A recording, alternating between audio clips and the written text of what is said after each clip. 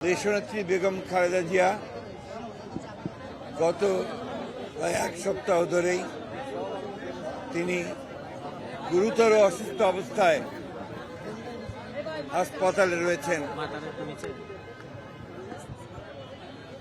জাতীয় এবং আন্তর্জাতিক পর্যায়ের অত্যন্ত উচ্চমানের চিকিৎসকরা তার চিকিৎসা করছেন, কিন্তু এই চিকিৎসার আরো উন্নত হাসপাতালে করা প্রয়োজন বলে সবাই মনে করছেন। সেই কারণে তাকে ইংল্যান্ডের হাসপাতালে নিয়ে যাওয়ার সিদ্ধান্ত হয়েছে। এই নেত্রী, যিনি তার সারাটা জীবন এই দেশে গণতন্ত্র প্রতিষ্ঠার জন্য উৎসর্গ করেছেন।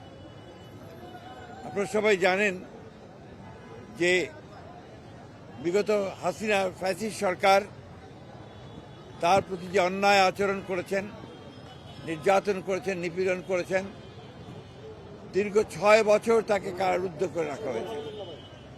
এর মধ্যে 2 বছর তিনি একটি নির্জন কারাগারে, পুরনো কারাগারে, কেন্দ্রীয় কারাগারে তাকে আটক করে রাখা হয়েছিল এবং সবাই সন্দেহ করেন সেইখান থেকেই তার এই রোগের সূচনা হয়। একটা অপরাধমূলক অবহেলা, চিকিৎসার অভাবের কারণে তিনি আরো অসুস্থ হয়ে পড়েন। ঢালাইয়ের সেরা প্রিমিয়ার সিমেন্ট। গত 4 বছর কোভিডের সময় থেকে তিনি গুরুতর অসুস্থ হয়েছিলেন। আল্লাহর অশেষ রহমতে তিনি সুস্থ হয়েছিলেন।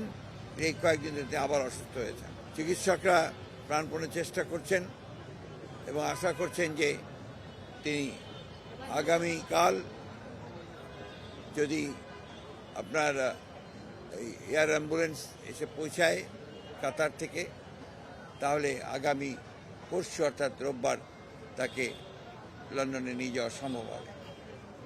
তবে তিনি এখনও গুরুতর অসুস্থ, সেই কারণে তিনি ফ্লাই করতে পারবেন কিনা সেটা ডাক্তাররা নিশ্চিত করলেই তাকে ফ্লাই করে নিয়ে যাওয়া হবে অ্যাম্বুলেন্সে করে।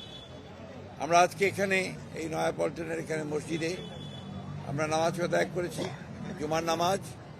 সারা দেশে আজকে জুমার নামাজের পরে বাংলাদেশের মানুষেরা দলমত নির্বিশেষে তারা আজকে এই মহান নেত্রীর জন্য, তার আরোগ্য লাভের জন্য, তিনি যে সুস্থ হয়ে আমাদের মাঝে ফিরে আসেন এবং দেশের যে সংকটময় মুহূর্তগুলোকে যেন তার অভিভাবকত্বে আমরা সবাই অতিক্রম করতে পারি, সেই দোয়া আজকে বাংলাদেশের মানুষ তার কাছে, আল্লাহ তাআলার কাছে চেয়েছেন। আমি আবারও পরম করুণাময় আল্লাহ তাআলার কাছে দোয়া করছি, প্রার্থনা করছি যে আল্লাহ তাআলা যেন তাকে সুস্থ করে আবার আমাদের মাঝে ফিরিয়ে নিয়ে আসেন এবং আমাদেরকে সঠিক নেতৃত্ব দেন।